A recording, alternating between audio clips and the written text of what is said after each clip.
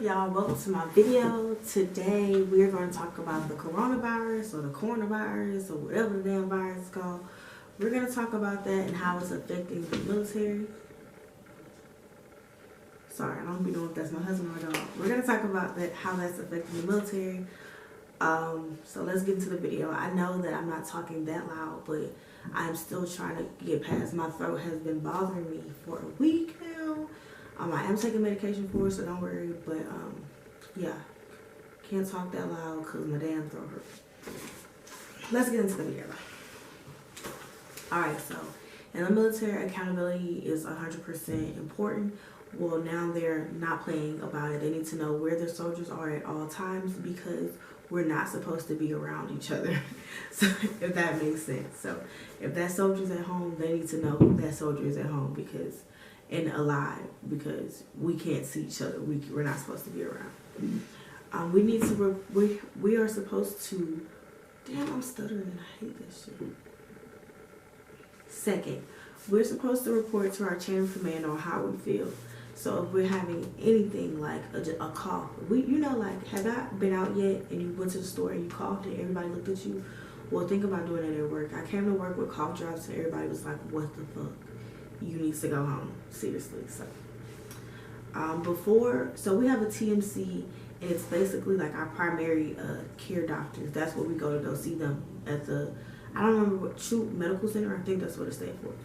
So when I went to the TMC, they were basically not letting you in if you had a cough or a fever. If you had any symptoms, they were not letting symptoms at all. They were not letting us in. And they were actually like, oh, you got symptoms? Okay, you got 2 days off, and they gave you the medicine, which I think is crazy because it's like, hey, we're not going to check on our soldiers. What if they have it? We don't know, and their family member have it. The family member don't have no medicine, or they'll go back home and get it all over again. So on that part of the military, I think they need to figure that out because that's, you know what? It might be. So now they have a hotline, and you have to call the hotline before you go to the TMC and say, hey, I'm not feeling good, and the hotline will quarantine you or they'll tell you the steps that you have to do. But again, I don't think it's sufficient just because what if your family members has it? Everybody should be tested for it if you ask me. So they're not having any formations supposedly, but I really feel like they are.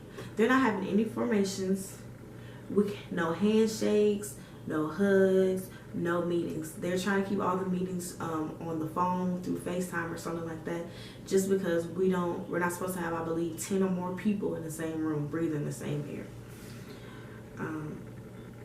During PT hours, which is 0630 to 0730, no PT. Usually doing no gym. Doing PT is the time where it's like a whole bunch of people in one area, and sometimes you can't even find work equipment, so they cancel that. We were supposed to actually have a FTX, which is a field training exercise, and they canceled that.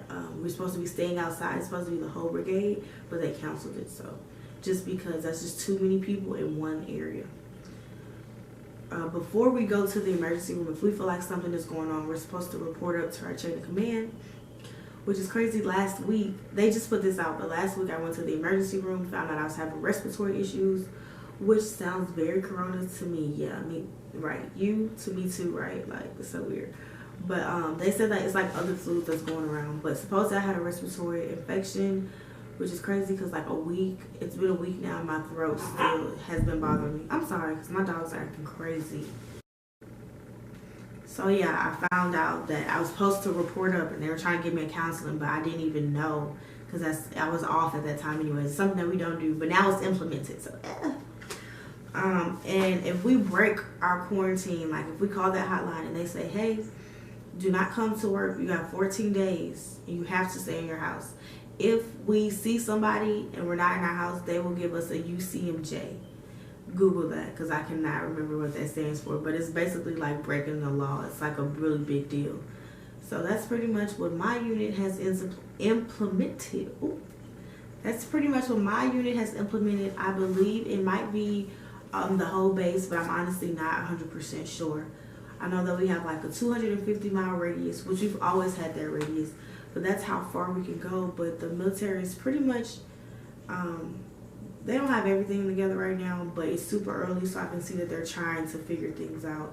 I'm really not sure how long this is gonna last, but don't worry guys, I will keep y'all updated. Hopefully when I get back on this camera, I will be feeling better. So thank you guys, love you. Let's pray for America. Well, not even just pray for America, because we're not the only country. So love you guys, thank you for watching this video. Let's pray for our universe and get us.